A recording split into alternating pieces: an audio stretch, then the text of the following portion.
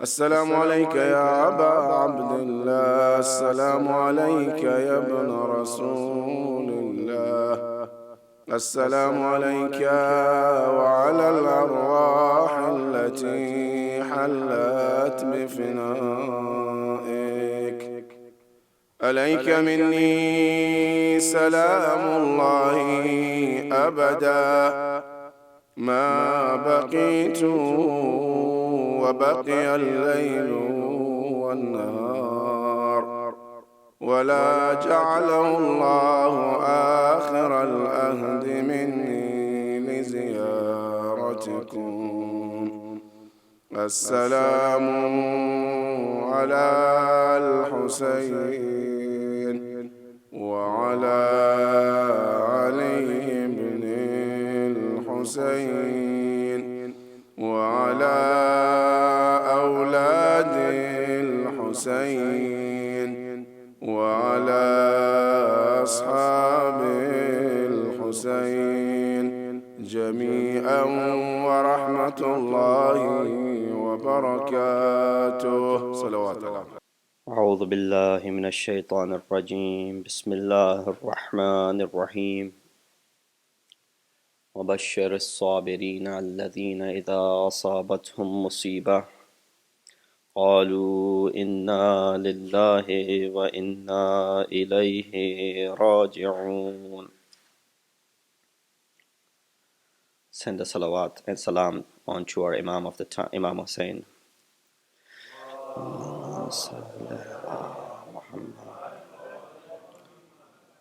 And salam on to Imam Ya Aba Abdullah. السلام عليك يا أبا عبد الله وعلى الأرواح التي حلت بفنائك. عليك مني سلام الله أبدا ما بقيت وبقي الليل والنهار، ولا جعله الله آخر العهد مني لزيارتكم. السلام على الحسين وعلى علي بن الحسين وعلى أولاد الحسين وعلى أصحاب الحسين. There's a hadith or a saying, كل يوم عاشوراء كل أرض كربلاء. And even if this is not part of a hadith or probably just a saying, but it has the meaning that every land is Karbala and every day is Ashura.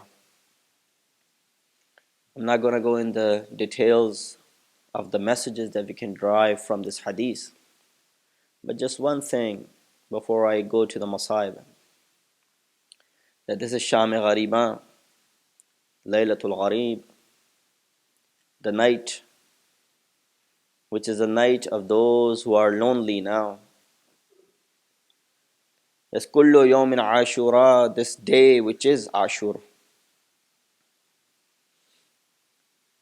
If that is the case, then look at ourselves as to what we have done on this day. We have kept ourselves in simplicity, wearing simple clothes. We have kept ourselves with limited food. And we have kept ourselves away from any ma'asiyat and sin from Allah subhanahu wa ta'ala. That is the point this hadith or this saying is trying to achieve as well. Kullu yawmin ashura, kullu ardin Karbala. That if every day was Ashur and every land was Karbala, and you were happened to be in that land of Karbala, and you were happened to be on that day of Ashur, how would you react and how would you act on that particular day? If you can be that way, then your day, every single day, should be the day of Ashur, and your every single place that you are at should be the land of Karbala. With that message, we look at this night is known as Sham-e-Ghariban. Last night was known as Sham-e-Shahidan. What is the difference between the two nights? Until yesterday, sisters had their brothers. Until yesterday, wives had their husbands. Until yesterday, children had their fathers. And the difference that 24 hours make is that the wives have lost their husbands. The sisters have their brothers gone now, and the children are crying for their fathers. Truly, it is Sham-e-Ghariban. You would imagine that Janab Zainab is sitting with the kids, and there is some light where she's sitting. You would think that someone from the enemy might have brought some light and some candles, thinking that the children will be scared and terrified with the darkness of the night. But unfortunately, the light that is seen where Janab Zainab and the children are is not due to the candles that these enemies have brought, but the light that is seen is due to the burning of the tents. The tents that were burned right after Sayyid al-Shuhada was martyred. I want to take you back a little bit. Why Zainab is known as Sharikatul Hussein? Aside from being the sister, why she was given the title of Sharikatul Hussein? If you go back to the time when Imam Hussein came back in Medina after visiting Walid ibn Utbah, who had demanded allegiance, Imam comes back home. Janab Zainab had performed the prayer for the safety of her brother. When Imam returned, Janab Zainab asked, "Oh Bhaiya, what was the demand?" Imam said, "They're demanding allegiance for Yazid." "Oh Bhaiya, what did you reply?" "Oh Zainab, what should I say?" "Mawla, you're Imam of the time. You're asking for my opinion?" "Yes, Zainab, that involves you as well." Janab Zainab replies by saying that say no. There's no way that you can accept the allegiance of a person like Yazid. Imam said, "I have said no, but there are severe consequences of saying no." Zainab says, "Whatever the consequences might be, we're willing to face it." Janab Zainab said, "Whatever the consequences." Imam's reply by saying that, "Oh Zainab, first we will have to leave this city of Medina. But that will be the easiest part of it. We will also have to leave Baytullah, but that will also be the easier part of it. We will have to conquer two places, O Zainab. One in the name of Karbala, second in the name of Sham. O Zainab, I will be responsible for conquering Karbala. But when I will die in Karbala, you will be responsible for conquering Sham." And this is why we see that Janab Zainab, Sharikatul Hussein, is mentally prepared for what is about to come. Otherwise, how could you imagine if we lose a loved one person in our family today, how we sit in the grievance of that person? Imagine someone losing 18 of their family members on the same exact day. Yet Janab Zainab is mentally prepared for that. That is the reason that she's given the title of Ummul Razaya or Ummul Masa'ib. Zainab is also known as Ummul Masa'ib, the mother of all the musibat and the calamities. And that is the reason that even after losing her own children, after losing her brothers, and after losing her nephews, Janab Zainab is still collective. She can still think positively. She can still manage to take care of not just Imam of the time, but also take care of the family that Imam Hussein has left behind. I want to take you back to that scene where Janab Zainab, after the horse of Imam Hussein had come back from the battlefield, they were all waiting for the horse. Murtajis this to come back. And when he came back, they saw that the horse Zuljana was there, but there was no one riding this Zuljana. That was one of the indications that Imam had died and the Zuljana has come back by itself. Zuljana was giving a message, working as a messenger, that I kept my surrounding my Mawla. I kept doing the tawaf of my Mawla as long as I was there, and now I have come to relay the message that Imam Hussein is no longer alive. After getting this news, Janab Zainab, she was inside the tent. She was thinking about what is about to happen afterwards. This is where she sees that the enemy starts coming inside the tents. This was their opportunity to go ahead and loot whatever they could find. Go ahead and grab whatever they could find. It is definitely easy when there are no men around. When a family has lost all the men in the family, it is very easy to go ahead and take whatever you want to from them. The enemies were coming in. They were stealing the things. They were taking all the materialistic stuff that they could find. And even they could not resist by leaving the earrings or the chains or whatever that was with the ladies. They were snatching it. While snatching, some of them were crying, so it was difficult to understand which side you were on. He said, I'm taking it because if I don't do it, someone else will do so. But at the same time, I'm taking it from you, the daughter of Ali, and that makes me cry. Nonetheless, Hamid ibn Muslim narrates, he says that I saw that when the enemies attacked the tents, they started burning the tents. We saw that the ladies, they came out from one tent and then they would go into the next tent. The next tent was burned down. The ladies would come out with the kids. They will go into the third tent. As the tents were being burned one after another, the ladies were shifting from one tent to another until there were no more tents left. Now these ladies,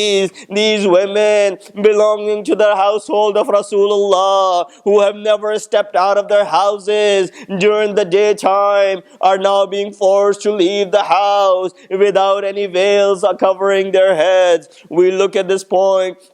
Hamid mentions that I saw one lady, she would go inside a burning tent and she would come out of the tent right away. Then she would go back inside and then she would come back empty-handed. I looked at that lady and I said, do you have something very important inside that tent? She said, nothing materialistic has remained, but yes, there is one thing very important to me, and that is my nephew Imam of the time, Imam Sajjad, who's unable to come out by himself. He said, when I finally saw this lady goes inside the tent, she grabs a hold of this young man, she puts him on her shoulder, and this is how Janab Zainab defended Imamat. She comes out of the tent finally. As the tents were being burned down, we see that Imam Zainul Abidin was asked afterwards, oh Mawla, what was the scene like? How was the kids reacting to this? Imam replied by saying, the kids were spread all around. The kids, if you want to take the example of a tasbih, if it's broken open, how the beads would spread around, this is how the kids had been spread as well. When everything settled down, Janab Zainab grabs a hold of Kulthum. Oh my sister, this is our job now, to protect the tents that were being protected up until yesterday by Abul Fazl al-Abbas. Ajrukum Allah.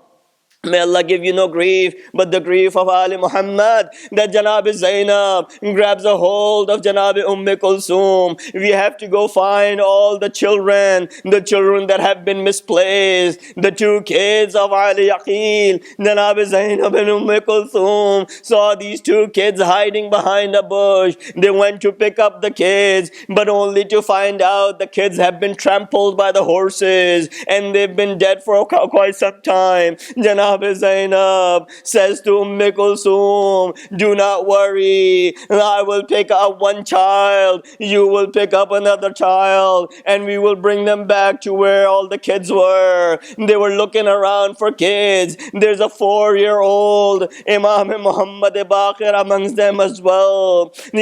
Someone saw Imam going towards in another direction. A person comes up to Imam Muhammad Baqir, oh my son, where are you headed? He says, I'm going towards Najaf. He said, why do you want to go to Najaf? He said, I want to go to the grave of my grandfather and inform him as to what has happened to us, so he may come for our help. Imam Muhammad Baqir was brought back. Janab Zainab is collecting all the kids, and in the midst of this, when all the children were gathered, she says to Kulthum, oh Kulthum, I do not see Sakina. Have you seen Sakina? Sakina, remember, she would only sleep on the chest of her father. We have to find Sakina, or else Imam Hussein would not be satisfied with us. I will go towards the Maqtal. Kulthum, you go towards the Furat. Kulthum sets out. She is walking towards Furat, and she stumbles over a body which does not have any hands. She realizes this must be the body of my brother Abul Fazl Abbas, while on the other side Janab Zainab amongst the bodies of the shuhada, she is looking for Janab Sakina. She is calling, oh Sakina, if you hear your aunt, reply back. Oh Sakina, you're very dear to us, I want to find you, oh Sakina. She was calling Sakina like this, and all of a sudden she saw this little girl was sleeping closely, tightly with another body. She goes up to Sakina. Oh Sakina, why are you sleeping over here? She says that I was going around, and at the time when the tents were being attacked, I did not know which way to go. I was calling Baba, Baba. I was calling on my father, and as I was calling upon him, Janab Zainab said, how did you end up being over here? How did you recognize this is the body of your father? Because it does not have any head. Usually you recognize a person by looking at the head. Janab Sakina replied that as I was looking around, I was calling for my father. I said, Baba. All of the sudden I saw 2 hands raised, and when the 2 hands were raised, calling me, Ilayya, Ilayya, come towards me. I came towards this body. I realized this is the body of my father. When all of this had happened, Janab Zainab was finished with the task of collecting all the kids. All the children have been found. Some were missing, they were dead, but the most of them were found. Janab Zainab could now sit down and she could breathe for a while. But at this moment, they brought water to Imam Zainul Abidin. And when the water was brought, Imam Zainul Abidin, first thing he does, he brings it to Janab Zainab. The narrations say that the water was brought, and it is only appropriate that the water was brought by Marasad. The reason is because he has achieved in what he wanted to achieve. He had already killed all the men that he wanted to kill. So there was no way, nothing stopping him from giving the water anymore.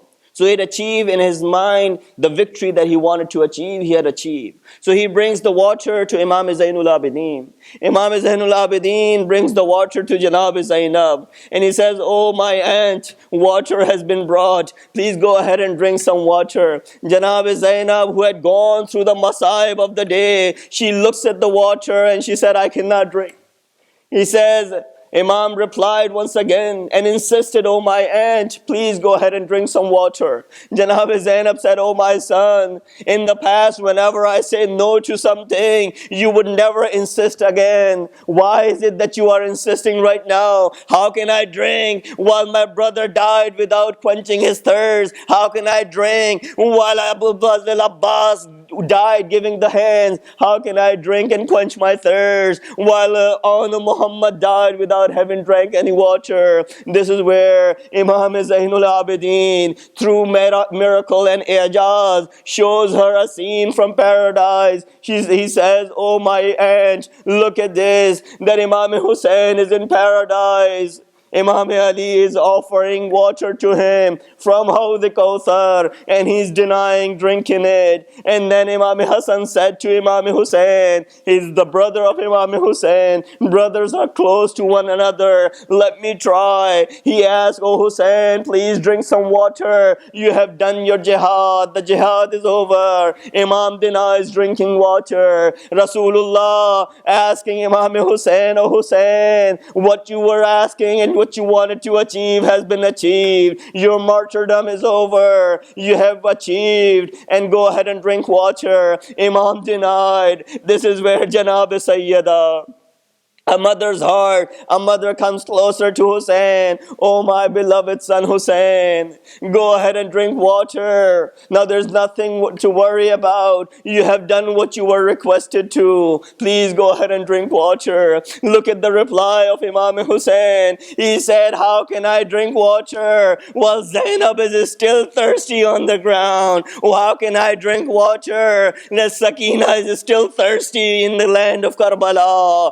Imam Zainul Abidin showed this scene to Janab Zainab to convince her to go drink water. She says, all right, my brother, but we have to give water to the kids first. She calls upon Sakina, who had just fallen asleep. She wakes up Sakina. Oh Sakina, the water has arrived. Please drink some water. Sakina says, oh my aunt, please go ahead and drink yourself first. She said, no, the children must drink first, so go ahead and quench your thirst. Sakina heard this, took the water in her hands, started walking towards Maktal. Zainab said to Sakina, oh Sakina, where are you heading? She said, did you not just say the water must be given to the younger ones, the little kids first? Oh, my brother Ali Asghar left this world without drinking. I'm going to his grave to go ahead and provide this water to him.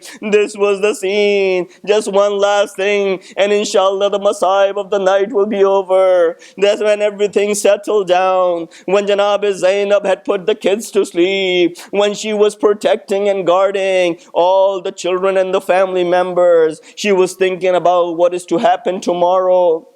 In the midst of this, she sees some narrators, some ulama recite this, and they read this story that Janab Zainab sees a horseman coming towards her.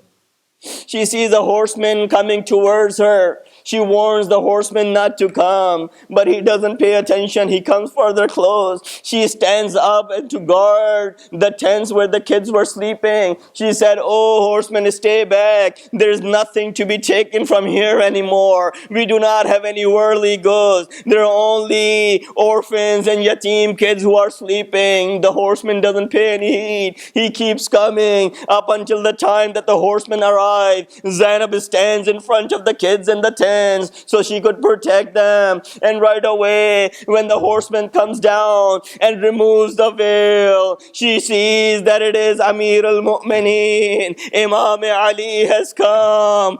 Zainab throws herself onto the floor. She throws herself onto the ground, says, oh Baba, why didn't you come when my brother's head was being severed from the body? Oh Baba, where were you when Abbas's hands were being chopped off? السلام عليك يا أبا عبد الله السلام عليك يا ابن رسول الله السلام عليك وعلى الأرواح التي حلت بفنائك عليك مني سلام الله أبدا ما بقيت وبقي الليل والنهار ولا جعله الله آخر الأهد مني لزيارتكم السلام على الحسين وعلى علي بن الحسين وعلى أولاد الحسين وعلى أصحاب الحسين جميعا ورحمة الله وبركاته. صلوات الله.